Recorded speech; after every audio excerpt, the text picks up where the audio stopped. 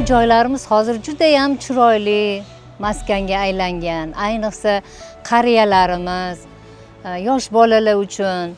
Bolalar yo'lga chiqib ketmaydi, xavfsiz bo'lgan hamma yoq.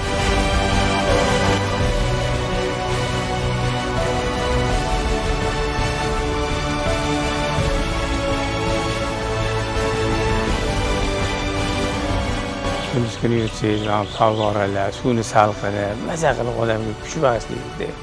Kechqurun yursangiz, chug'ali yoqib, qiynalmaysiz, nuroniylar maza qilib dam oladi. Yosh bolaliklar aytmaysizmi, kelinglar, bu yerda dam olib yursin. Rahmat, qilganlarga rahmat hammasiga.